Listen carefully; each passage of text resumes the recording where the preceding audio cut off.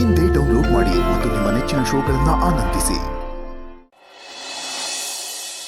Okay sir but broking related ಆ್ಯಪ್ಗಳು ಈಗಾಗಲೇ ಸಾಕಷ್ಟು ಆ್ಯಪ್ಗಳಿದೆ, ಅದರಲ್ಲೂ ಕಾಂಪಿಟೇಷನ್ ವರ್ಡ್ ಬೇರೆ. ಬಟ್ ನಿಮ್ಮ ಬಿಸ್ನೆಸ್ ಬೇರೆ ಬಿಸ್ನೆಸ್ಗೆ ಕಂಪೇರ್ ಮಾಡಿದ್ರೆ ಏನು ಡಿಫ್ರೆನ್ಸ್ ಆ್ಯಂಡ್ ನಿಮ್ಮ ಬಿಸ್ನೆಸ್ ಏನು ಸ್ಪೆಷಾಲಿಟಿ ಇದೆ ಅಂತ ತಿಳ್ಕೊಬಹುದಾ?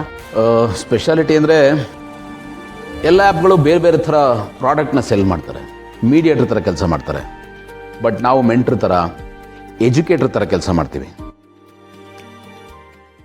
ಈಗ ಯಾರೋ ಇನ್ವೆಸ್ಟ್ ಮಾಡೋಕ್ಕೆ ಬರ್ತಾರೆ ಅಂದರೆ ಅವರು ನಮ್ಮಲ್ಲಿ ಅಕೌಂಟ್ ಓಪನ್ ಮಾಡೋದಕ್ಕೆ ಮುಂಚೆ ಈ ಶೇರ್ ಮಾರ್ಕೆಟ್ ಹೇಗೆ ವರ್ಕ್ ಆಗುತ್ತೆ, ಮ್ಯೂಚುವಲ್ ಫಂಡ್ ಹೇಗೆ ವರ್ಕ್ ಆಗುತ್ತೆ, ಆಮೇಲೆ ಇದರಲ್ಲಿ ಇನ್ವೆಸ್ಟ್ ಮಾಡುವಾಗ ನಿಮ್ಮ ಮೈಂಡ್ ಸೆಟ್ ಹೇಗಿರಬೇಕು, ಅದಕ್ಕೆ ಎಷ್ಟು ಟೈಮ್ ಕೊಡಬೇಕು, ಅದರಿಂದ ಬರೋ ಲಾಭ ಏನು, ಎಲ್ಲವನ್ನೂ ಎಜುಕೇಟ್ ಮಾಡ್ತೀವಿ. ಎಜುಕೇಟ್ ಮಾಡಿದ ಮೇಲೆ ಒಳಗಡೆ ಬಿಟ್ಕೋತೀವಿ.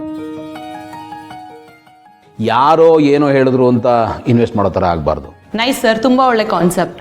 ಆದರೆ ಸರ್, ಸ್ಟಾಕ್ ಮಾರ್ಕೆಟ್ ತುಂಬ ಡೇಂಜರ್ ಅಂತ ಹೇಳ್ತಾರಲ್ವಾ, ಅದರಲ್ಲಿ ಗಳಿಸ್ಕೊಂಡವ್ರ ಸಂಖ್ಯೆಗಿಂತ ಕಳ್ಕೊಂಡಿರೋ ಸಂಖ್ಯೆನೇ ಹೆಚ್ಚು ಅಂತ ಹೇಳ್ತಾರೆ. ಸೊ ಅದ್ರ ಬಗ್ಗೆ ನೀವೇನು ಹೇಳ್ತೀರಾ? ಒಂದು ತಿಳ್ಕೊಳ್ಳದೆ ಏನು ಮಾಡಿದ್ರು ಡೇಂಜರೇ. ತಿಳ್ಕೊಳ್ಳದೆ ಮಾಡಿದ್ರೆ ಖಂಡಿತ ಫೇಲ್ ಆಗ್ತೀರಾ. ಆಮೇಲೆ ನಮ್ಮ ದಡ್ಡತನನ, ಅಜ್ಞಾನನ ನಾವು ಶೇರ್ ಮಾರ್ಕೆಟ್ ಮೇಲೆ ಹಾಕಬಾರ್ದು.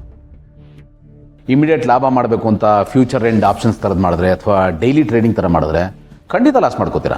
ಓವರ್ ನೈಟ್ ಶ್ರೀಮಂತರಾಗಬೇಕು ಅನ್ನೋ ಆಸೆನಲ್ಲಿ ಯಾವುದೋ ಪೆನಿ ಸ್ಟಾಕ್ ಮೇಲೋ ಅಥವಾ ಫಂಡಮೆಂಟಲಿ ವೀಕ್ ಇರೋ ಸ್ಟಾಕ್ ಮೇಲೋ ಇನ್ವೆಸ್ಟ್ ಮಾಡಿ ಲಾಸ್ ಮಾಡ್ಕೊಳ್ಳೋ ಥರ ಆಗಬಾರ್ದು.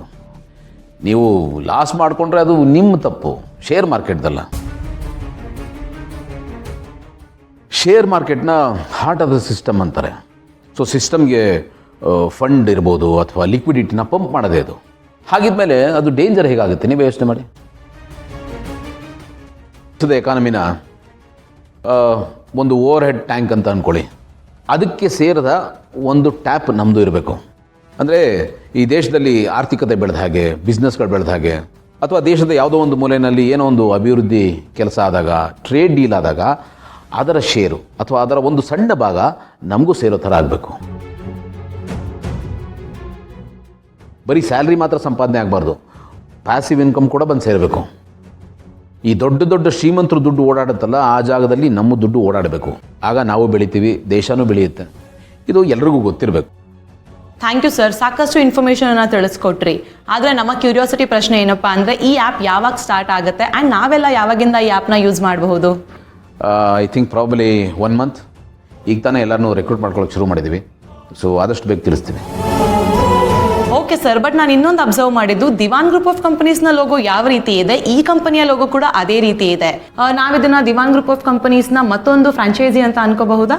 ಅಫ್ಕೋರ್ಸ್, ಏನೇ ಆದರೂ ದಿವಾನ್ ಗ್ರೂಪ್ಸ್ ಒಂದಾಗಿ ಇರುತ್ತೆ. ಈ business totally different line of business ಆಗಿರೋದ್ರಿಂದ ಸಪ್ರೇಟ್ ಎಂಟಿಟಿಯಾಗಿ ವರ್ಕ್ ಆಗುತ್ತೆ ಅಷ್ಟೇ. ಓಕೆ ಸರ್, ಈ ನಿಮ್ಮ ಹೊಸ ಬಿಸ್ನೆಸ್ಗೆ ನಮ್ಮ ಕಡೆಯಿಂದ ಆಲ್ ದಿ ವೆರಿ ಬೆಸ್ಟ್. ನಾವು ಕೂಡ ಇನ್ವೆಸ್ಟ್ ಮಾಡ್ತೀವಿ. Thank you so much.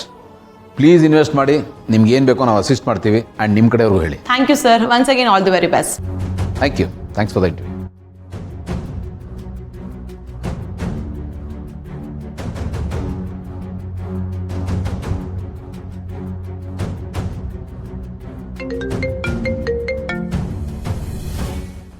Hello, ಅದಕ್ಕೆ ಯಾಕೆ ಇಷ್ಟೊಂದು ಟೆನ್ಷನ್ ಮಾಡ್ಕೋತಾ ಇದ್ದೀರಾ? ಭಯ ಪಡುವಂಥದ್ದು ಏನೂ ಇಲ್ಲ, ಆರಾಮಾಗಿರಿ.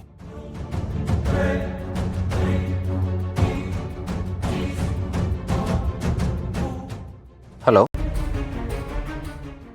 ಹಾಂ, ಜಸ್ಟ್ ಈಗ ನೋಡಿದೆ. ಸರಿ, ನಾ ಹೇಳ್ತೀನಿ.